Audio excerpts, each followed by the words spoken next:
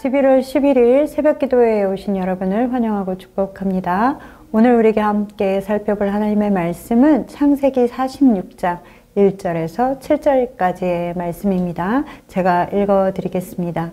이스라엘이 모든 소유를 이끌고 떠나 브엘세바에 이르러 그의 아버지 이삭의 하나님께 희생 제사를 드리니 그 밤에 하나님이 이상 중에 이스라엘에게 나타나 이르시되 야곱아 야곱아 하시는지라. 야곱이 이르되 내가 여기 있나이다 하매 하나님이 이르시되 나는 하나님이라 내 아버지의 하나님이니 애굽으로 내려가기를 두려워하지 말라. 내가 거기서 너로 큰 민족을 이루게 하리라. 내가 너와 함께 애굽으로 내려가겠고 반드시 너를 인도하여 다시 올라올 것이며 요셉이 그의 손으로 내 눈을 감기리라 하셨더라. 야곱이 브엘세바에서 떠날새 이스라엘의 아들들이 바로가 그를 태우려고 보낸 수레에 자기들의 아버지 야곱과 자기들의 처자를 태우고 그들의 가축과 가나안 땅에서 얻은 재물을 이끌었으며 야곱과 그의 자손들이 다 함께 애굽으로 갔더라. 이와 같이 야곱이 그 아들들과 손자들과 딸들과 손녀들 곧 그의 모든 자손을 데리고 애굽으로 갔더라. 아멘. 이 새벽에 하나님의 말씀 앞으로 나오신 여러분을 축복합니다.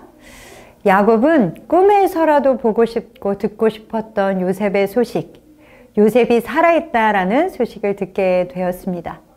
정말 이게 꿈인지 생시인지 아마 그런 생각이 들었을 것입니다. 저도 가끔은 돌아가신 아버지가 그리울 때가 있는데 그때마다 마음 한구석이 아리아리합니다. 야곱은 자식을 마음에 묻고 얼마나 한 맺힌 삶을 살아왔겠습니까? 아마 산다는 것 그 자체가 괴로움 그 자체였을지도 모릅니다. 더군다나 야곱은 요셉이 죽었다라는 것을 자신의 눈으로 확인하지 못했기에 더 그러할 수도 있었을 것입니다. 가끔 TV 등에서 자녀를 잃어버리고는 생업을 포기하고 그 아이를 찾아 전국을 돌아다니는 부모, 아버지를 소개하는 그런 프로그램을 볼 수 있습니다. 그 부모들이 한결같이 말하는 것은 내가 이 아이를 만나기 전에는, 그 아이의 소식을 듣기 전에는 눈을 감을 수 없다라고 말하고 있죠. 부모의 마음이 그런 것 같습니다.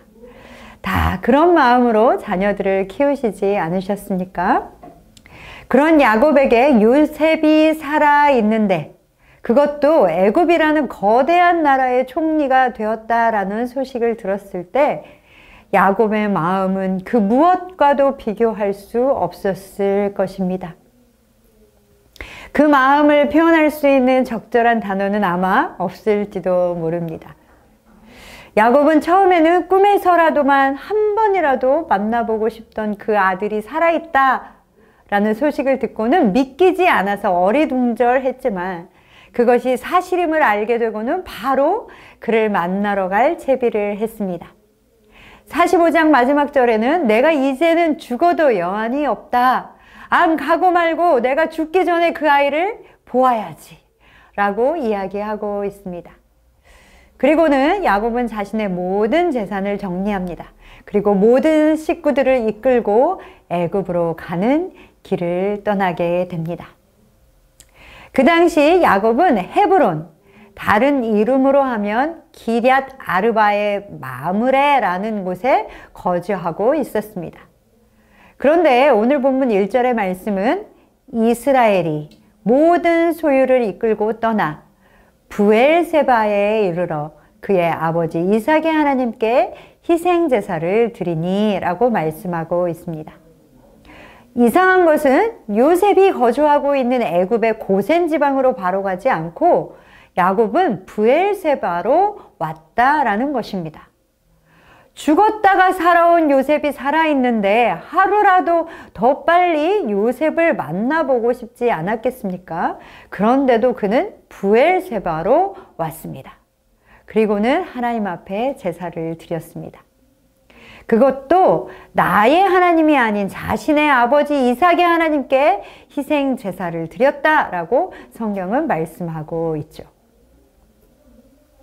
브엘세바는 자신의 할아버지 아브라함 그리고 아버지 이삭이 거주하며 하나님을 만났고 하나님이 주신 복을 누리던 땅이었습니다.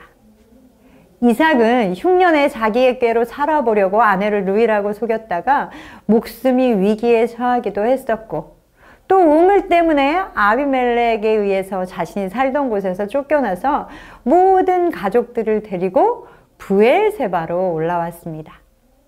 그때 그날 밤에 하나님께서는 이삭에게 나타나 말씀하셨습니다.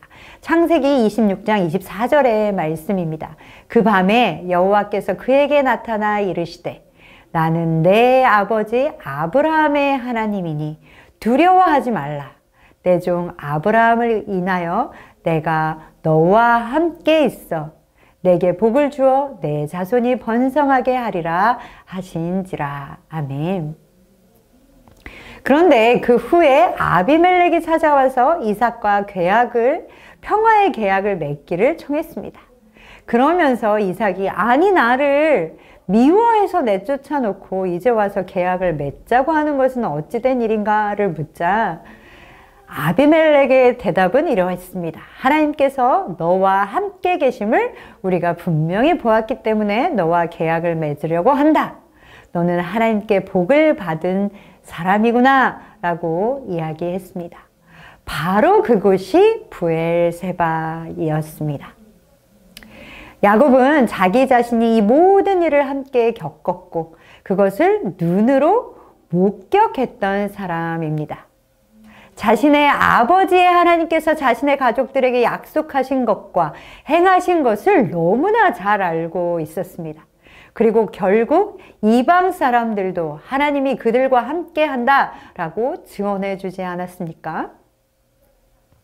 야곱 자신도 형을 속여 외삼촌의 집으로 도망할 때 하나님을 만났습니다. 하나님은 그날 밤에도 찾아오셨죠. 창세기 28장 15절의 말씀에 보면 첫 번째, 내가 어디로 가든지 함께하고 지키시겠다라고 약속하셨고 두 번째, 다시 이 땅으로 돌아오게 하겠다. 그리고 세 번째는 내가 내게 허락한 것을 다 이루기까지는 너를 떠나지 않겠다라고 약속하여 주셨습니다. 야곱은 자신의 아버지를 하나님께서 찾아오셔서 약속해 주셨던 땅으로 돌아왔습니다. 그리고 애굽으로 내려가기에 앞서 자신의 아버지 이삭의 하나님께 희생 제사를 드렸습니다. 야곱은 자신에게 하신 하나님의 약속을 붙들고 그리고 자신의 아버지에게 약속하셨던 것을 이루시고 그 삶을 주관하신 그 하나님 앞으로 나아갔습니다. 그것은 아버지의 삶을 주관하시고 그 약속을 이루어 주신 것도 내가 압니다. 그것을 내가 보았습니다. 그 하나님께서 나와 우리 가족들에게도 함께 하여 주시고 하나님께서 약속하신 것 어디로 가든지 지키시겠다라고 약속하셨던 약속 그리고 다시 이 땅으로 돌아오게 하시겠다라고 하신 것 그리고 그것이 이루어지기까지 나를 떠나지 않겠다라고 하신 것 그것을 이루어 주십시오라고 하나님께 요청하는 것이었습니다. 야곱은 아들을 만나러 가는 길이었지만 두려웠습니다. 하나님이 주신 땅을 버리고 애굽으로 내려가는 것도 그렇고 그렇게 되면 하나님이 말씀하신 약속은 어떻게 이루어질 수 있을지 그리고 앞으로는 삶의 터전을 옮기게 되는데 새로운 터전에서는 어떤 일이 벌어질지 그럼에도 불구하고 우리에게 하신 하나님의 약속은 유효한 것인지 그 모든 것이 두려웠습니다. 그래서 야곱은 아버지의 하나님께서 약속을 하시고 그 약속을 이루셨던 그 땅으로 오기를 원했고 하나님의 인도하심과 약속을 다시 한번 확인하고 싶었습니다. 그러자 하나님께서는 그날 밤에 야곱에게 다시 찾아오셨습니다. 그리고는 야곱을 부르시며 바로 나는 내 아버지의 하나님이다 라고 말씀하여 주셨습니다. 그것은 무엇을 말씀하고 있는 것입니까? 그래, 내가 바로 네가 그렇게 찾는 내 아버지의 삶을 주관한 하나님이다 라고 말씀하시는 것뿐만 아니라 너의 고백처럼 언약을 주시고 그 언약을 성취하는 하나님이다 라고 말씀하여 주시는 것입니다. 그리고 이어서 3절과 4절에 하나님께서는 이렇게 말씀하십니다. 하나님이 이르시되 나는 하나님이라. 내 아버지의 하나님이니 애굽으로 내려가기를 두려워하지 말라.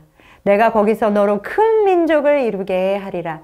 내가 너와 함께 애굽으로 내려가겠고 반드시 너를 인도하여 다시 올라올 것이며 요셉이 그의 손으로 내 눈을 감기리라 하셨더라. 아멘. 하나님께서는 너무나 정확히 야곱의 마음을 아셨고 그것에 대하여 찾아오셔서 세심하게 말씀하여 주셨습니다. 애굽으로 가는 것이 두려워하는 야곱에게 두려워하지 말라라고 말씀하여 주셨고 어디로 가든지 너와 함께 하겠다라고 약속하셨던 대로 애굽에도 함께 내려갈 것이다 라고 약속해 주시고 그리고 다시 그 땅으로 돌아오게 하시겠다라고 약속해 주신 대로 내가 너를 인도해서 반드시 얼마나 두려워했으면 하나님께서 반드시라고 강조하셨겠습니까? 반드시 다시 올라오게 할 것이다 라고 약속을 확인시켜 주셨습니다. 그리고 야곱이 그렇게 원하던 그의 인생의 한으로 맺혀 있던 요셉을 만날 뿐만 아니라 요셉이 내 눈을 감기게 할 것이다 라고 말씀하여 주셨습니다. 야곱의 마음에 맺혀 있던 그 모든 것, 모든 응어리, 두려움들이 모두 그리고 모든 것이 풀리는 순간이었습니다. 그리고는 더 나아가 아브라함과 약속하신 것, 이것은 그저 한 개인 야곱에게 주어지는 것이 아니라 이스라엘 민족에게 주어진 약속, 큰 민족을 이루게 하시겠다라고 약속하여 주셨습니다. 그것을 어디서요? 바로 거기서, 바로 애굽에서 너로 큰 민족을 이루리라 라고 말씀하고 계신 것입니다. 그래서 오늘 본문 1절과 2절에는 야곱의 또 다른 이름, 하나님께서 주신 이름 이스라엘아라고 지칭하고 있는 것입니다. 하나님은 이렇게 예상하지 못하게 그들을 애굽으로 인도하셨고 거기에서 아브라함의 후손들을 큰 민족으로 세우시고 아브라함에게 약속하신 것을 성취하셨습니다.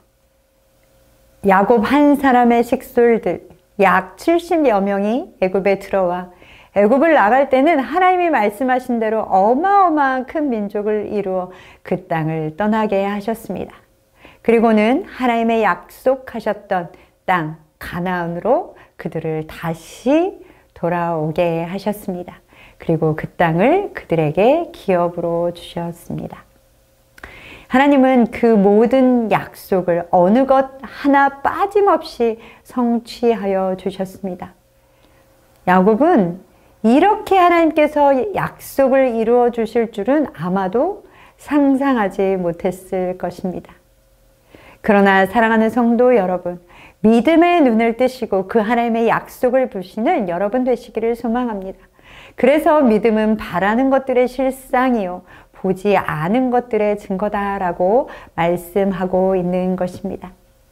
사랑하는 성도 여러분, 하나님의 언약은 변함이 없으시며 그것을 반드시 성취하십니다. 상황에 따라 상황만을 보고 하나님의 신실하심에 대하여 의심하는 것이 아니라 하나님의 약속을 붙드시기를 소망합니다. 어떻게 약속을 지키시는지 경험하시고 하나님의 말씀을 꼭 붙드시고 살아가시는 여러분 되시기를 소망합니다. 우리는 날마다 상황을 통해 하나님의 약속을 확인하는 것이 아니라 말씀을 통하여 하나님의 약속을 확인해야 합니다. 그럴 때 매일 하나님의 약속을 붙잡고 살아가는 사람이 예상치 못한 상황이 다가와도 놀라거나 당황하지 않고 하나님과 계속해서 걸어갈 수 있게 되는 것입니다. 우리는 하나님의 신실하심을 놓쳐버리게 되면 불안감에 휩싸일 수밖에 없게 됩니다. 그러나 믿음으로 하나님의 약속을 붙잡을 때 우리는 하나님의 평안 가운데 거할 수 있게 되는 것입니다. 사랑하는 선창의 모든 가족 여러분, 오늘도 하나님의 약속을 붙드심으로 평안을 맛보시는 그런 날 되시기를 소망합니다.